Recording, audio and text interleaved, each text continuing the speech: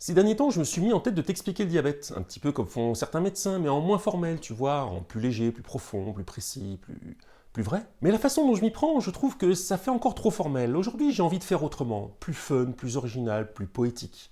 J'espère que ça te plaira. Et si t'es youtubeuse ou youtubeur, j'en profite pour te lancer un défi. Ok, le mec il a 50 abonnés à tout casser, il lance un défi à des gens qui en ont facilement 1000 ou 10 000 fois plus. Non mais vas-y, cours. Et voici donc le défi en question.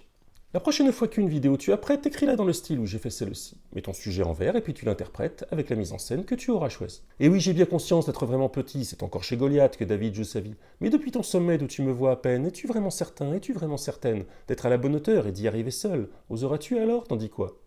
Que de la gueule. Mais mon oncle, c'est une incroyable difficulté. Quoi, ça va? Vous savez pas compter jusqu'à 12? Et n'oublie pas de mettre le lien en commentaire pour que je vois un peu comment tu te débrouilles, si tu t'en sors pas mal, si tu mords la poussière, si tu te casses la tête, si tu brilles ou t'embrouilles. Ouf, j'ai cru que t'allais dire autre chose. Donc mes deux dernières vidéos parlaient de l'hypoglycémie, aujourd'hui nous allons deviser sur sa sœur jumelle.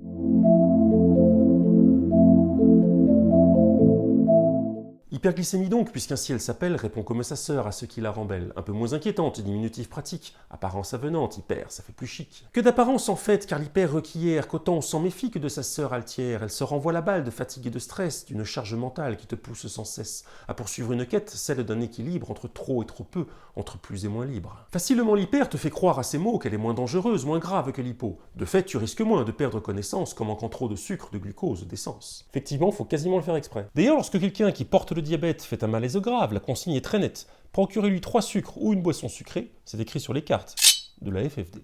Mais revenons sur Terre, voilà ce qui est vrai. L'hyper est dangereuse et il faut la gérer. Aussitôt qu'elle advient, que tu la sens en toi, et c'est là que survient la question: pourquoi? Mais oui, pourquoi? À tous les débutants de la dernière pluie, l'hyper peut faire croire au surplus d'énergie, prête à tout affronter dans le genre Hyperman. En fait, elle t'écrase, t'aplatit, te rétame. Le sucre est une source d'énergie, c'est vrai certes, mais certainement pas de l'énergie en soi. Ce n'est que lorsqu'il entre par une porte ouverte dans tes cellules vives qu'il produit ce qu'il doit. Sans insuline, il reste dans ton sang, dans tes veines, abîme tes artères et te met dans la peine. Assez vite, l'hyper te provoque un malaise, elle surcharge, elle fatigue, elle alourdit, elle pèse. Elle le sait faire en sorte que tu ne te méfies guère en caricaturant la fatigue ordinaire. C'est clair qu'à tous les coups, tu te prends le panneau. Sire, vous dormez? Eh oui, manque de peau. Donc un conseil pour toi, cher ami diabétique, quand tu es fatigué, souviens-toi de l'hyper et vérifie d'abord ton niveau glycémique, même le soir, la nuit, l'été comme l'hiver. L'hyper provoque aussi, et j'en suis désolé, un truc un peu vulgaire, forte envie de pisser. Si parfois elle feinte, trompe ta vigilance, ton corps ne cède pas à tant de négligence. Dès lors qu'un peu de sucre se présente en excès, il le refourgochiote. C'est grossier, oui, je sais.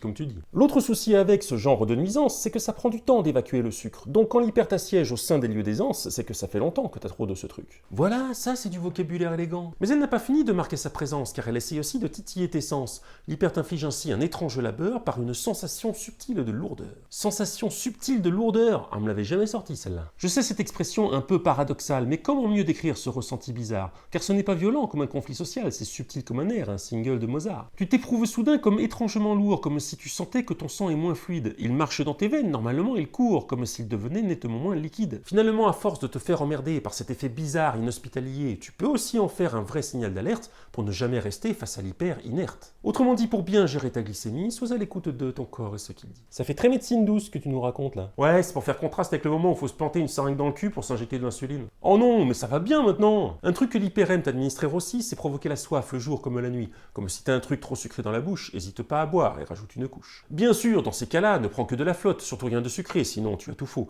Comme si tu prenais une cuillère de confiote très chargée de glucose que tu as déjà en trop. Et du coup, tu comprends pourquoi après ces verres, tu as fatalement besoin de retourner, soulager ta vessie contre un arbre ou par terre, ou te mettre en chemin vers les... commodités. Yes. Mais l'hyperglycémie, ça ne lui suffit pas à te faire perdre ton temps et de te mettre à plat. Elle aime aussi parfois altérer ton cerveau et ta concentration, comme le fait l'hypo. Mais comment s'y prend-elle? C'est bien moins évident que quand le sucre manque et la force en même temps. Ton esprit est peut-être simplement moins dispo quand ton corps se bagarre contre le sucre en trop. L'hyper est malicieuse, dissimulée dans l'ombre, mais tout comme l'hypo peut être démasquée. Alors ta glycémie, il faut que tu la dénombres, le moment est enfin venu de la tester. Tu nous montres? Toujours pas? Non, ok. Le test est important et ce pour deux raisons. D'abord, elle est maligne, l'hyper, et à l'excès. L'hypo et elle danse, le pas des confusions pour te faire confondre l'une avec l'autre exprès. Tu comprends où j'en viens? Si tu es en hyper, tu te crois en hypo, tu prends de quoi manger. Tu pars en mauvais sens, tu te mets en galère, tu as vraiment tout faux, ton cas est aggravé. S'initier au diabète demande autant d'efforts que de s'inaugurer à n'importe quel sport. La seconde raison, c'est que l'hyper sévit, plus ou moins faible ou fort, et que par conséquent, tu ne peux la gérer tel un simple d'esprit, de la même façon systématiquement. Exemple, si t'es à 150, elle est plutôt fragile, tu peux escompter qu'elle s'en aille toute seule, mais à 180, elle est déjà agile, chasse-la en marchant avec ton épagnol. Si t'en es carrément au-delà de 300, là elle est trop costaude pour un soupçon de sport. Meilleure solution, il faut directement, avec de l'insuline, la bannir de ton corps. Bien sûr, la quantité de produits que tu injectes dépend directement du taux de glycémie. Comme pour une hypo, la façon dont tu traites ne doit pas te plier comme un origami. Un origami? Pardon, je n'avais pas de bon oriment-i. Mais tu vois ce que je veux dire, non?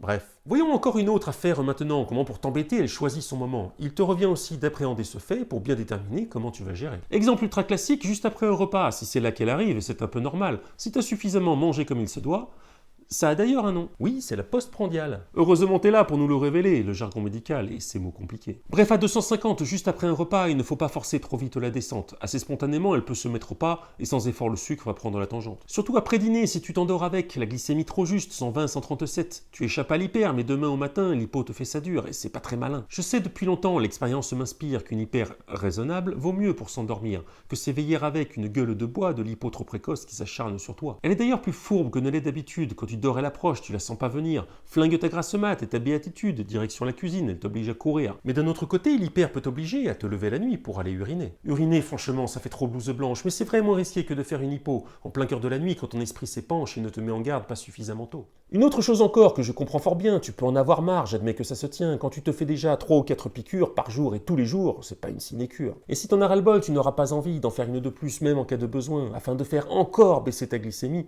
la tentation est forte, méfie-toi, sois malin. N'accepte pas de croire que ça va bien finir par redescendre seul comme si de rien n'était. L'hyper est destructrice, ton corps va en souffrir. Certes, ça va marcher, oui, mais dans quel délai? Et reconnais aussi que l'hyper c'est fréquent et que les injections sont souvent indolores. Les aiguilles ultra fines en font un jeu d'enfant, les stylos sont pratiques, c'est vite fait alors. Tu peux aussi choisir de garder tes distances en surveillant de près ce que tu manges et bois. Mais c'est très contraignant, passer ton existence à tout bien mesurer et renoncer parfois aux petites douceurs qui donnent du plaisir, en te frappant, c'est vrai, mais ça fait pas si mal. Elle t'expose à l'hyper, ce pourrait être pire. De temps en temps, tu vois, c'est bon pour le moral. Tout ceci étant dit, et comme pour l'hypo, je ne peux te laisser sans le plus important. Ça y est, il recommence avec les mêmes mots, les hypers sont normales, gnan gnan. Exactement. Quand tu es diabétique, les hypers c'est normal, détends-toi et accueille ce qui t'arrive là. Apprends à les gérer, dresse cet animal, te gâche pas la vie tout seul à cause de ça. Et j'insiste surtout, ne renonce jamais à boire avec tes potes à un bout de gâteau, à un anniversaire ou à une soirée de peur de voir monter ta glycémie trop haut. Manage-la au mieux et autorise-toi un écart, un excès occasionnellement. Ça t'aidera beaucoup à garder foi en toi et à ne pas rater de beaux et bons moments. Sois juste raisonnable dans l'un et l'autre sens, trouve ton équilibre pour la vie quotidienne. Tu te soignes pour vivre, c'est ça qui a du sens. L'inverse est incongru, ça ne vaut pas la peine. M'est arrivé d'entendre un jour à la radio un gars qui avouait agir tel un tricheur, prenant plus d'insuline pour manger du gâteau que sa dose usuelle pour éviter l'erreur. Il dit: j'ai pas le choix, un repas de mariage, c'est souvent très sucré, c'est la surabondance. Je veux participer sans rougeur au visage. Mais c'est pas de la triche, ce n'est que du bon sens. Mais oui.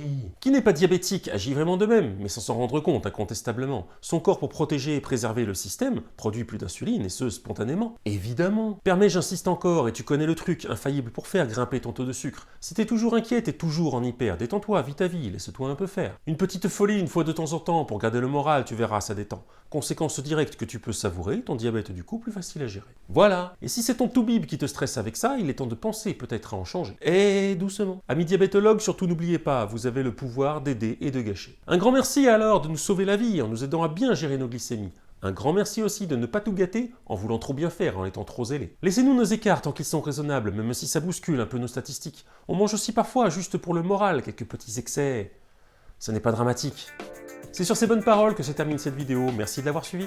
J'espère que ce style d'écriture t'a plu, j'ai beaucoup transpiré, mais je me suis beaucoup amusé. Et quant à toi donc, chère amie youtubeuse, youtubeur, c'est ton tour. Et pour la suite, rendez-vous dans un mois pour parler des tests de glycémie. Ah enfin! Attends, dernier conseil avant de partir, abonne-toi à ma chaîne et active la petite cloche. Voilà. Comme ça, t'es pas stressé par la perspective cruelle de rater la prochaine vidéo, et ça t'évite de te mettre en hyperglycémie pour rien. Malin, non? Ciao!